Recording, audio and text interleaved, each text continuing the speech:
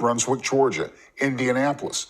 But unlike COVID-19, the first treatment is to take the mask off the problem, to bridge the social distance and to own what it is. It's racism, unequal treatment for black and brown people, to fix systemically flawed policing patterns, practice, and training methods. And that's where we want to begin tonight. And joining me to discuss the topic is Dr. Jeremy Levitt. He is with FAMU, professor of law, distinguished, joining me from Orlando. Welcome back, Jeremy. Welcome, very welcome to be with you, Fred, and that was a great introduction. Oh, well, thank you. Unpleasant, but necessary. And we got a lot to unpack here. The fired officer, let's start with him.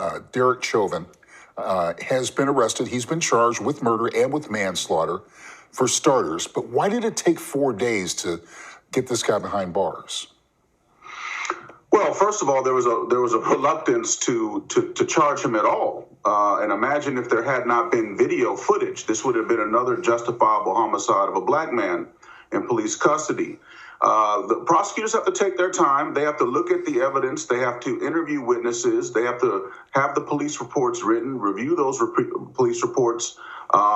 There's obviously a role that the prosecutor has to play with the police to make this determination.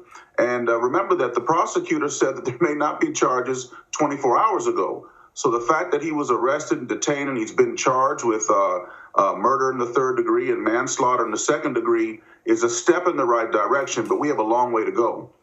Well, we've seen the looting, we've seen the fires, not just in Minneapolis, all across the country, Atlanta, New York, San Francisco.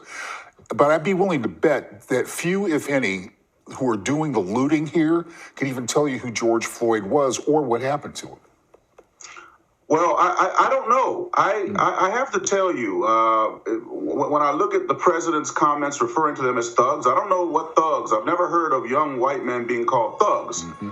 But we know, and we have the footage, that a lot of the looting has been done by young white men. Now, are they consciously engaging in vandalism and looting, or are they a part of a wider movement that basically is saying we've tried everything else and nothing else is working, so we're going to move from nonviolence to violence in our protests? Remember that America appears unable and unwilling to protect African Americans. We're at a critical juncture. Our democratic experiment is being tested and it's failing.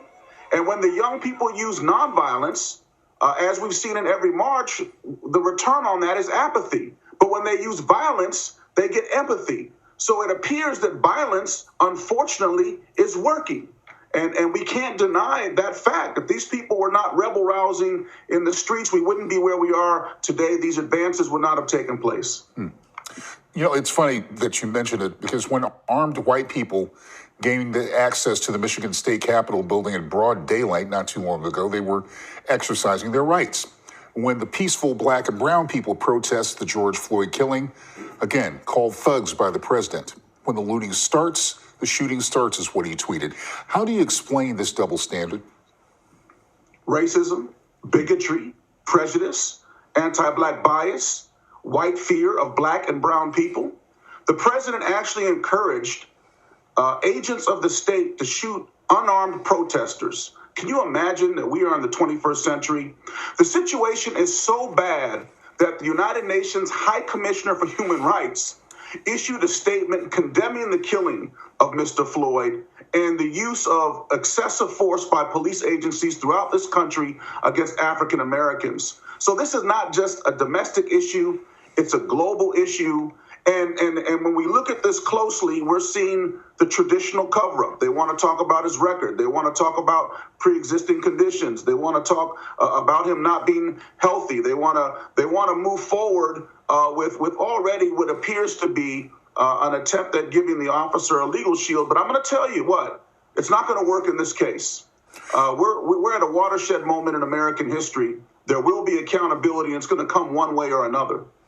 Yeah, we had a guest on maybe an hour or so ago from Minneapolis, and I had asked her about the conception that Minneapolis was this kind of aw shucks, heartland USA kind of state. But then when you look at the history of it, June 15th, 1920, almost 100 years ago to the day, a Duluth mob just outside of Minneapolis lynched 3 black men. So this is not anything new. This has been there. Well, where do you think they get the name Minnesota Nice from? I think that term has been redefined tonight, and perhaps it's the third precinct that should be in the picture with the title Minnesota Nice. The bottom line is that there's a history of racism throughout the country. Minnesota is no exception. Segregation and lynching didn't just occur in the South, it was nationwide.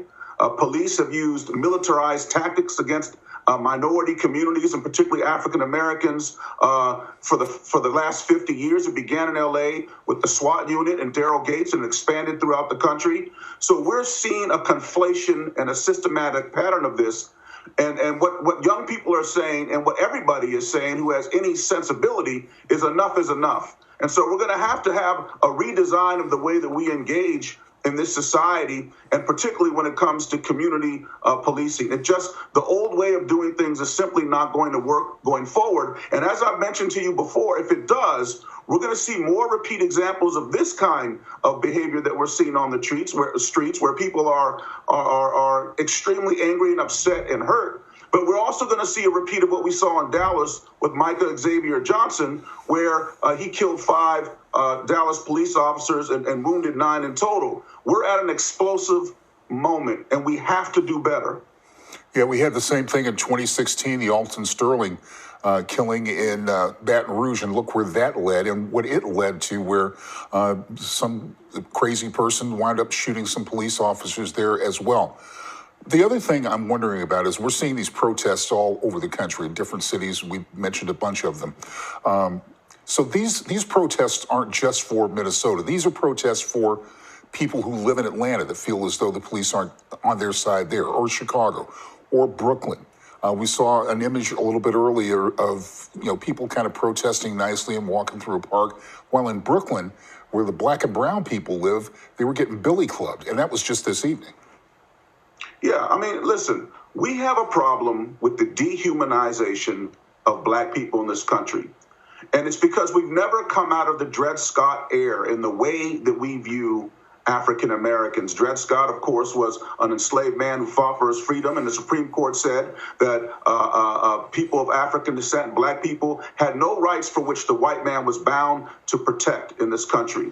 And so the bottom line is we have still been striving to get the minimal level of protection in the state, and people all over the country feel it. Fred, and we're roughly the same age, and the bottom line is that we grew up in an era where the police engaged in heavy tactics. I was constantly harassed in Los Angeles growing up, abused by police on numerous occasions, to the point where even the routes in which we drove had to be diverted because of police harassment. So this is a multi-generational problem that we have to end. And that doesn't even include the vigilante justice that we're seeing around the country, with white citizens thinking that they can invoke the law and race as a way of trying to control African Americans. It's absurd, and we're not going to let it happen anymore. We have to fight back, and we will, and we are.